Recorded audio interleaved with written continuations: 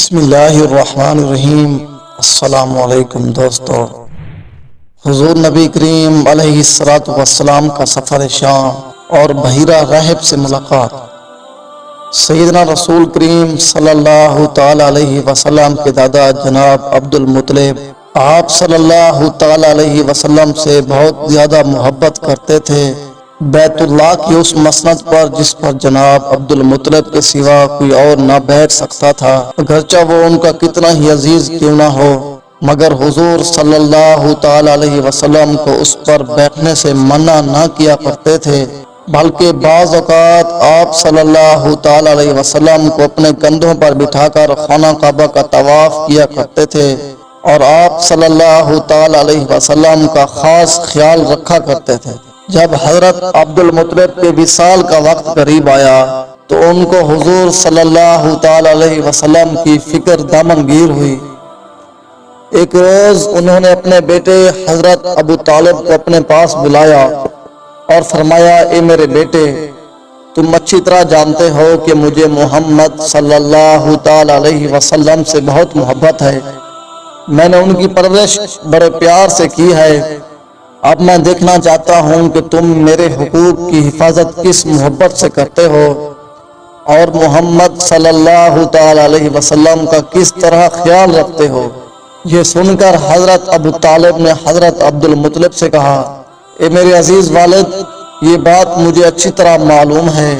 محمد صلی اللہ تعالی علیہ وسلم میرے بیٹے ہیں، میرے بھائی حضرت عبداللہ کے فرزند ہیں۔ میں ان کا خیال اپنی ذات اور اہل و عیال سے بھی زیادہ رکھوں گا۔ چنانچہ جب حضرت عبد المطلب وصال فرما گئے تو حضور علیہ الصلوۃ والسلام حضرت ابو طالب کی کفالت میں آ گئے۔ حضرت ابو طالب نے واقعی حق ادا کر دیا اور ہر معاملے میں حضور علیہ الصلوۃ والسلام سے محبت و شفقت روا رکھی۔ جب حضرت ابو طالب نے سفر تجارت کا ارادہ کیا اور شام کی طرف روانہ ہونے لگے، سامان سفر باندھا، اس پر حضور علیہ الصلوۃ والسلام نے بھی اشتیاق ظاہر فرمایا اور فرمایا، اے میرے چچا جان، آپ مجھے یہاں چھوڑ جائیں گے؟ حضرت ابو طالب کا دل بھر آیا اور کہا، خدا کی قسم، میں ضرور آپ کو ساتھ لے چلوں گا۔ آپ ہرگز مجھ سے جدا نہ ہوں گے اور نہ میں کبھی آپ سے جدا ہوں گا۔ چنانچہ حضرت ابو طالب نے حضور علیہ الصلوۃ والسلام کو اپنی سواری پر آگے بٹھا لیا اور یہ قافلہ شام کی طرف چل پڑا۔ جب یہ قافلہ شام کے قریب مقام بصرہ میں اترا تو اس وادی میں ایک درخت کے نیچے پڑاؤ ڈالا۔ اس مقام کے قریب ہی ایک کلیسا تھا جس میں بحیرہ نامی راہب رہتا تھا۔ اس کے پاس ایک کتاب تھی جس کا علم اس راہب کو تھا۔ وہ راہب ہر روز 3 مرتبہ چھت پر چڑھتا اور دیکھا کرتا کہ رب کی طرف سے کون آ رہا ہے۔ اس دن اس نے دیکھا کہ ایک قافلہ درخت کے نیچے آرام کر رہا ہے اور بادلوں کا ایک ٹکڑا قافلے والوں پر سایہ کیے ہوئے ہے۔ بحیرہ نے یہ دیکھا تو کلیسا کی چھت سے نیچے اترا اور کہنے لگا، خدا کی قسم، یہ بادل اس وقت تک سایہ انداز نہیں ہو سکتا جب تک کہ ان میں پیغمبر نہ ہو۔ اس کے بعد اس نے بہت سا کھانا پکانے کا حکم دیا۔ جب کھانا تیار ہو گیا تو اس نے اپنے غلام کو بلایا اور کہا کہ قافلے میں چلے جاؤ اور انہیں کہو، اے گروہ قریش، بحیرہ نے تمہارے لیے کھانا تیار کیا ہے۔ اس کی خواہش ہے کہ تم سب کے سب آؤ، خواہ تم میں کوئی چھوٹا ہو یا بڑا، غلام ہو یا آزاد۔ قافلے میں سے ایک آدمی نے کہا، ہم تو بحیرہ کے پاس کئی بار پہلے بھی گزرے ہیں، مگر ایسا برتاؤ وہ ہمارے ساتھ کبھی نہ کرتا تھا۔ آج کون سی غیر معمولی بات ہے؟ اس پر بحیرہ نے کہلا بھیجا، تم سچ کہتے ہو، آج میرا دل چاہتا ہے کہ تم تمام لوگ میری دعوت قبول کرو اور مجھے شرف مہمانی بخشو، اور یہ بھی یاد رکھو کہ تم میں سے کوئی شخص دعوت سے علیحدہ نہ رہے۔ بحیرہ راہب کے اس پیغام پر سب کے سب اس کے پاس جمع ہو گئے، مگر حضور علیہ الصلوۃ والسلام اپنی کم عمری کے باعث قافلے والوں کے کنجاووں کے پاس اسی درخت کے نیچے رہ گئے۔ بحیرہ پھر چھت پر چڑھ کر دیکھنے لگا کہ کوئی باقی تو نہیں رہ گیا۔ اس کی حیرت کی انتہا نہ رہی کہ بادل کا ٹکڑا ابھی تک وہاں ہی ہے، تو نیچے آ کر کہنے لگا، گروہ قریش، تم وہاں کسی کو چھوڑ نہیں آئے؟ انہوں نے کہا، اے بزرگ، ایک لڑکا وہاں چھوڑ آئے ہیں جو عمر میں سب سے چھوٹا ہے، اس لیے وہ ہمارے کنجاووں کے پاس رہ گیا ہے۔ بحیرہ نے کہا ایسا نہ کرو، اسے بھی بلاؤ کہ وہ اس کھانے میں تم سب کے ساتھ شریک ہو۔ چنانچہ بحیرہ کے کہنے پر قریش کا ایک شخص آپ صلی اللہ تعالیٰ علیہ وسلم کے پاس گیا اور آپ کو گود میں اٹھا کر لے آیا اور ان لوگوں کے ساتھ بٹھا دیا۔ بحیرہ نے دیکھا کہ آپ بادل کا ٹکڑا اس کی چھت پر آ گیا ہے۔ بحیرہ نے کھانا پیش کیا۔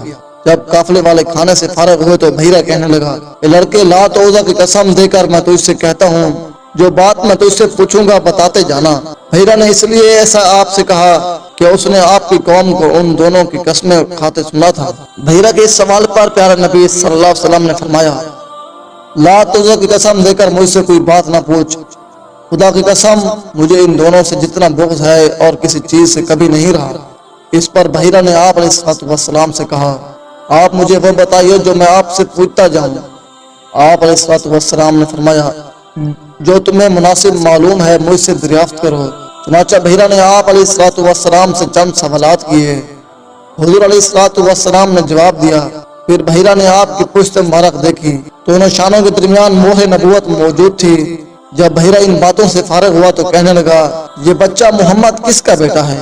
قافلے والوں نے بتایا، یہ ابو طالب کا بیٹا ہے۔ بحیرہ نے کہا، اس کے ماں باپ زندہ نہیں ہو سکتے، تم سچی سچی بات کرو۔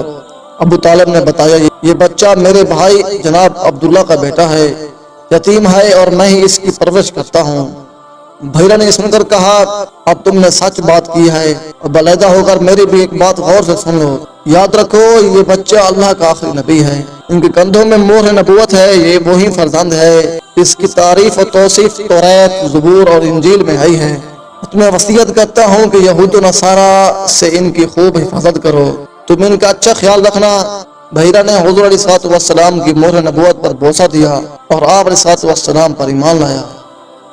کہنے لگا، اے ابو طالب، تم اپنے بھتیجے کو لے کر اس شہر سے نکل جاؤ۔ خدا کی قسم اگر یہود و نصارہ نے انہیں دیکھ لیا اور ان کے بارے میں جو کچھ میں نے جانا ہے انہوں نے بھی جان لیا تو ضرور ان کو نقصان پہنچانا چاہیں گے۔ حضرت ابو طالب نے جب یہ تمام باتیں بحیرہ ریب سے سنی تو قافلے کو لے کر شام کے سفر جرس پر آگے بڑھے اور تھوڑے دنوں واپس مکہ مکرمہ آ گئے۔